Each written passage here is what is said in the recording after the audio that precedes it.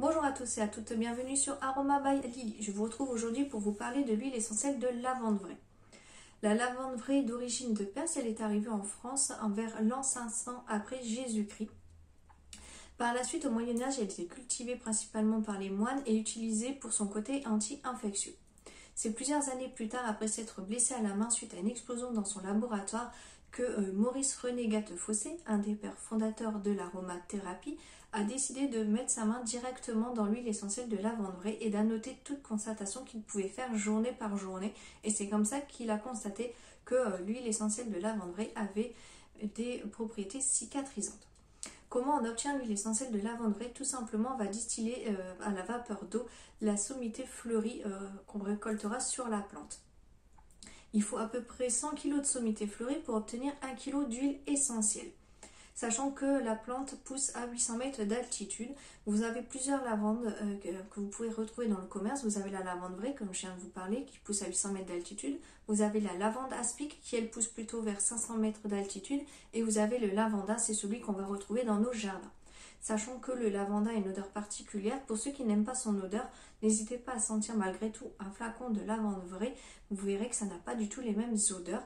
Et du fait qu'elles n'ont pas été cultivées à la même hauteur, elles n'ont pas du tout subi les mêmes contraintes climatiques et du coup n'ont pas du tout les mêmes propriétés. Après distillation, on s'est rendu compte que la lavande vraie possédait du linalol et de l'acétate de linalyle qui lui confèrent du coup des propriétés intéressantes au niveau des spasmes musculaires sur le côté respiratoire et digestif. Je vous en ai parlé sur la vidéo pour les enfants, notamment si votre enfant a beaucoup de maux de ventre ou des coliques, le temps d'aller voir votre médecin et vous lui demandez bien évidemment l'autorisation de mettre un peu de lavande vraie avec de l'huile végétale que vous aurez amassée sur son ventre pour calmer les spasmes au niveau digestif.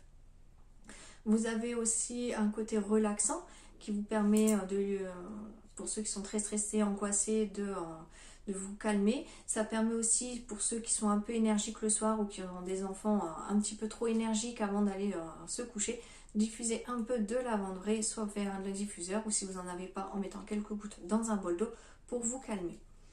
Vous avez vu aussi qu'on a des propriétés cicatrisantes et anti-infectieuses. Elle peut être efficace aussi sur la sphère musculaire et articulaire.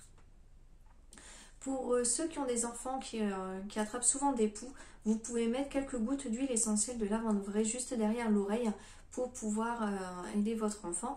Ou pour les filles, si elles ont des chouchous, mettez directement quelques gouttes sur le chouchou.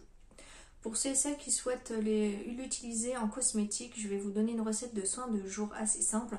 Vous mettez une goutte d'huile essentielle de lavande vraie dans 99 gouttes d'huile végétale de jojoba. La lavande vraie vous aidera à lutter contre les agressions extérieures avec son côté apaisant et astringent.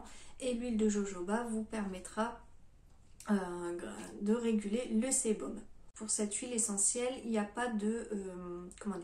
Il n'y a pas de précaution d'emploi à prendre, elle est douce, rassurante, calmante, elle me fait penser à l'image d'une mère. Seules les femmes enceintes jusqu'à leur 3e mois de grossesse et les nourrissons jusqu'à leurs 18 mois ne pourront pas utiliser les huiles essentielles. Je rappelle qu'avant toute utilisation d'une huile essentielle, bien évidemment, toujours demander l'accord de votre médecin traitant et avec un suivi de ce dernier si c'est pour des raisons médicales. Si votre médecin traitant ne s'y connaît pas du tout en huile essentielle, n'hésitez pas à lui en parler malgré tout pour qu'il puisse vous envoyer vers un aromathérapeute. Si vous avez des questions, n'hésitez pas à me les poser, je me ferai un plaisir d'y répondre. Si vous avez aimé la vidéo, n'hésitez pas à mettre un petit pouce bleu. Si vous souhaitez être prévenu des prochaines vidéos et de leur mise en ligne, n'hésitez pas à vous abonner directement à ma chaîne YouTube. Je vous souhaite à tous et à toutes une très bonne journée.